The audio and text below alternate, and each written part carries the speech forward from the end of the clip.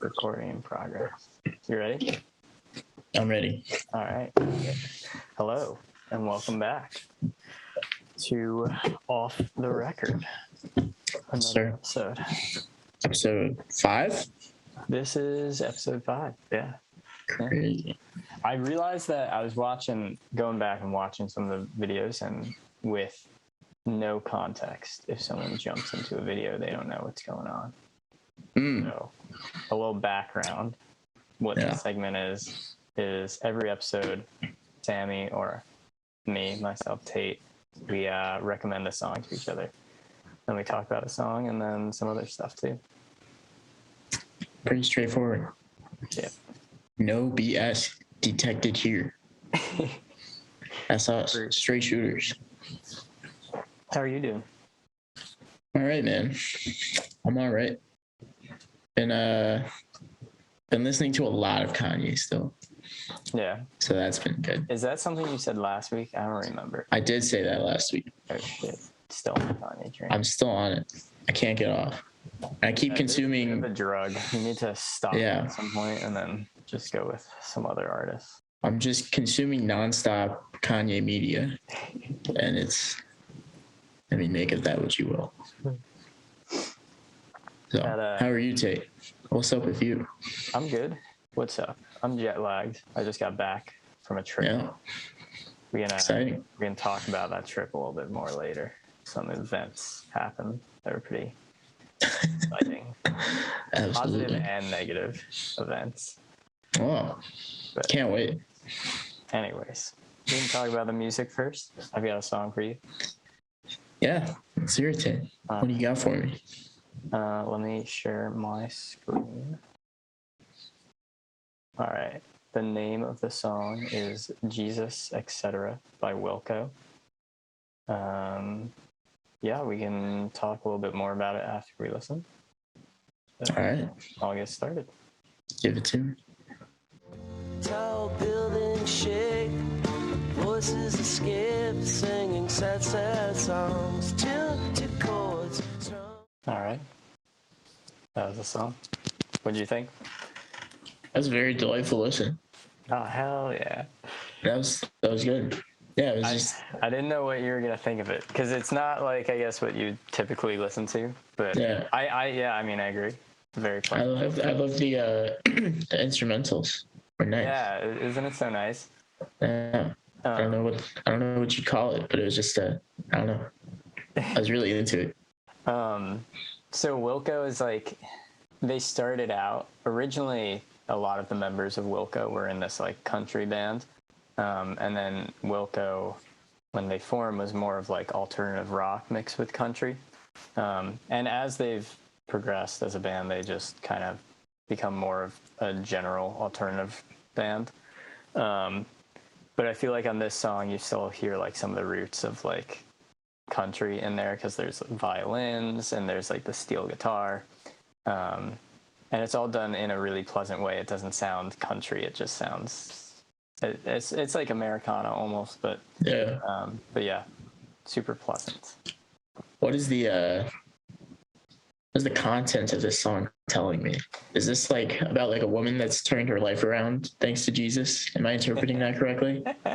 I've never interpreted it as that, but that's okay. Possible.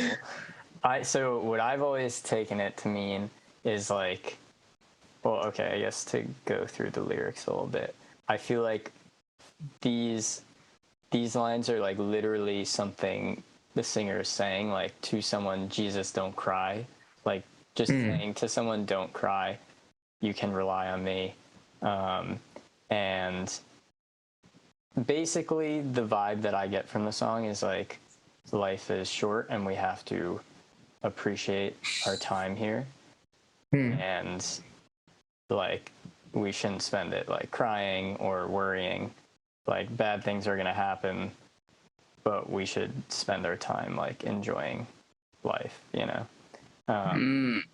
So like the chorus is like, it alludes to like bad things happening, tall buildings shake, voices escape, singing sad, sad songs. And then like later there's the bridge, last cigarettes are all you can get.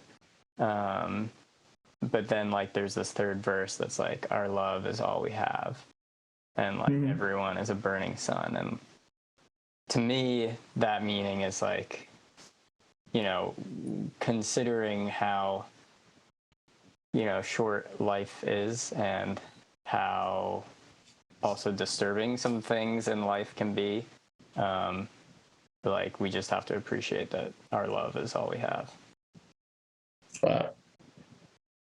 Wow. Loaded messaging. And it's actually pretty nuts. So like this album, I really love the album that it's on. It's called Yankee Hotel Foxtrot.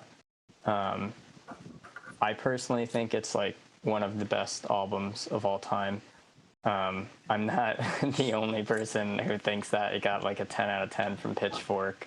And yeah, it's generally known as like one of the best indie rock albums of all time. And like the whole album itself, a lot of the songs are about like a relationship that's strained, and like someone who's having trouble communicating with like the person that they're in their relationship with. And so I feel like this is like one of those songs of like having a struggle with someone, of like just a different mindset towards life, like literally telling someone like, don't cry, like we need to appreciate what we have. Yeah. Some other like nutty stuff about this album is, I would say one of the themes of the album too is like kind of, there's a lot of lyrics that allude to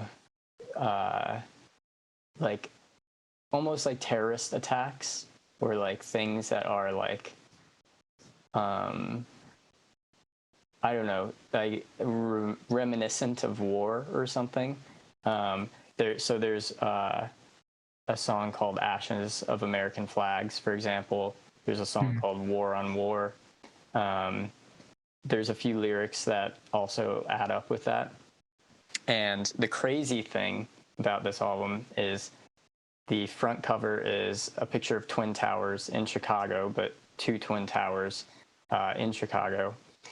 And it was, one of the release dates was actually supposed to be September 11th, I'm pretty sure. It ended up coming out on September 18th. But considering those themes and like thinking about those sorts of things, and then also thinking about some of the lyrics that are like, tall buildings shake, voices escape singing sad, sad songs, like it's like kind of crazy how like, that's a little spooky. Yeah, it is spooky, but it's also like just describing, I feel like, a mindset of the time as well. Yeah. But yeah, it's a great song. I feel like it's a good introduction to Wilco too, just to get like the idea of what they're about. I've heard lots about them, but haven't given them a listen myself yet. So yeah, I feel like they're, as a band, like their name is more known than any of their songs. Yeah, that's fair. Yeah, like I haven't heard any of their, I just didn't know where to start. I just didn't know what any of their songs were. Yeah. But interesting. What is like their legacy at this point? I mean, I think this album kind of shot them into superstardom. After this album, they started like releasing other albums that they probably weren't as good, but they like got the recognition for, like they won Grammys and things like that. But yeah, this album and also the one before it were both like really great. So cool. Yeah. Interesting. Well, I appreciate the introduction. Yeah. Definitely go back to this song. I'm glad you liked it. I enjoyed it. That was nice. It's one of my favorites. It's definitely a good song. Delightful. Oh yeah. Well, let's move into our next segment. Yeah. Something that's not delightful. When I hear about what do you want to hear about my trip? Let's hear that now. Because that's which part, the positive or the negative? I've got the not delightful, and it's got to be both. Got to hear both, right? But which order? Oh, well, give me the bad news first. And then, bad news. Yeah. This was so terrifying. Not terrifying, but just gross. Okay. So, I get to my parents' house and like unpack a little bit, but not like fully. Leave my suitcase and backpack on the floor, right? I left and I went to get food with a friend of mine. And then I come back later, and my dad's like, I have disturbing news. I'm like, well, what is it? I didn't know. You say it just like that? Yeah, he literally said, so I have some disturbing news. Oh, no. And what he told me was a cockroach came out of my suitcase. No. So terrible. And I'm like, are you sure it came out of the suitcase? He's like, we do not have cockroaches here. So then I'm like, I'm searching the suitcase for like signs of like other cockroaches, and like I washed all my clothes. I'm freaking out. I'm like, where could this have come from? And of course, you know, you think like, shit, is my like apartment like cockroach infested? Yeah. But I'm like just at home away, so I can't. Yeah. I can't even check. I can't do it. Was your roommate here? Yeah. I texted him and he like said he didn't see anything, so like that calmed me down a little bit. But I was like, what the fuck, you know? But then, so okay, well, fast forward. I got in last night really late, and I'm also an expert at looking for cockroaches now because I've read so many articles. No signs at all in the apartment. The apartment is very clean, so that's great. But what's not great is the amount of articles that I've read about cockroaches on planes. And what? And it is, yeah. You serious? Yes, it's more common than you think.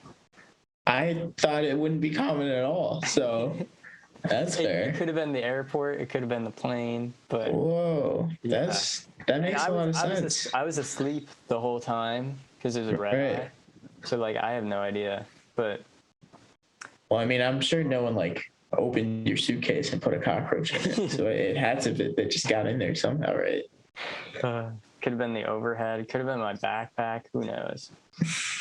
Wow. I don't know. But maybe your parents like saw something crazy, but it wasn't what it was. You know what I mean? Well, my dad killed it. I mean. Oh, okay. It could have been. I thought you just saw it like run out the door or something. No. he did not. He was not about to let that live. Yeah, that makes sense. But yeah, I read an article about there's a flight in like China that like when they get in the air and like hundreds of cockroaches came out of what? Like out of the overhead and like just, you know. Fuck that, dude. Yeah. And I saw another article about this guy who he said there's like cockroaches all over this flight and like none of the flight attendants were doing anything about it. And he had like pictures of it and like. I mean, what can they do? Yeah, I don't know, kill them and then like offer some like refunds and stuff. He said you're gonna ask some like 45-year-old woman who's making like I guess that's $30,000 a year to like kill these cockroaches. Fuck no, bro, they're not paid for that shit. They could at least offer some. I mean, they should have had the. That's not. They'd have to ask some kind of manager first, I guess. But they should have had the raid on deck, huh? On the airplane. Yeah, so incredible. Yeah, not incredible. Awful. Terrible. Yeah, not good. Awful. But anyway, okay, that's the awful story. Yeah. The good story that you already know a little bit about is I know the bare minimum. I guess I didn't tell you the whole story, but in line at TSA, one person in front of me was Mike. This is in San Diego, right? In San Diego, Mike Tyson. It was nuts. I walk into the airport, and like right to the right of me, like I'm just walking in like with. There weren't that many people. I just walk in and I see like some guy next to me, super buff guy, and I see the face tattoo and I'm like, no one else has that face tattoo. Right. And so we walk, like he's like right in front of me in line at TSA, and like there's another person in line who's like, that's Mike Tyson, right? And like I'm taking like a photo. You got you got the okay. I gotta pull up the photo, man. Yeah, that'd be fantastic. Ooh, this is gonna take me a second. But yeah, no. So I'm in line, and like everyone kind of realizes like, oh, like Mike Tyson is here. And I noticed that like some people were wearing like UFC like apparel.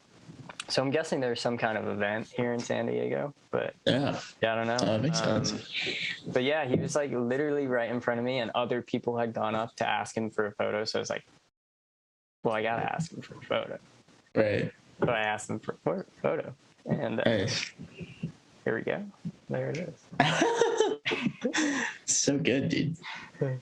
I felt a little bad because he had like headphones in, as you can see, and he was like with his assistant, and like probably just trying to, just trying to get somewhere, like, and like, yeah. So like, I'm sure it's like annoying to be in that position, but he was cool about it, which is cool. Yeah. He was like super, like, not like going through the motions. It wasn't like that. It was just like he was happy to have fans come up and like greet him. Nice. So that's delightful. What a crazy little run-in to have. That's crazy. Very crazy. I texted Muriel, my girlfriend, and I was giving her updates. I was like, I legit think Mike Tyson is one person in front of me at TSA, and then the photo is a photo of me and Mike Tyson. Oh, that's so good. Did you think that outweighed the unfortunate cockroach news that was to come shortly after? Yeah, I didn't even think of them in conjunction because it was like 24 hours later that I found out about the cockroach. But yeah, I guess that's what happens, Yeah. Positive and a negative. Right. Delightful. Well, thank you for sharing. That was delightful. That's my story. The most interesting things only happen to you. Yeah, pretty crazy stuff. Yeah. But it makes for a good story. Absolutely. Yeah. All right, that's all I got. How about you? No, that's all for me. Sweet. I think we can wrap this one up. All right. See y'all on the next one.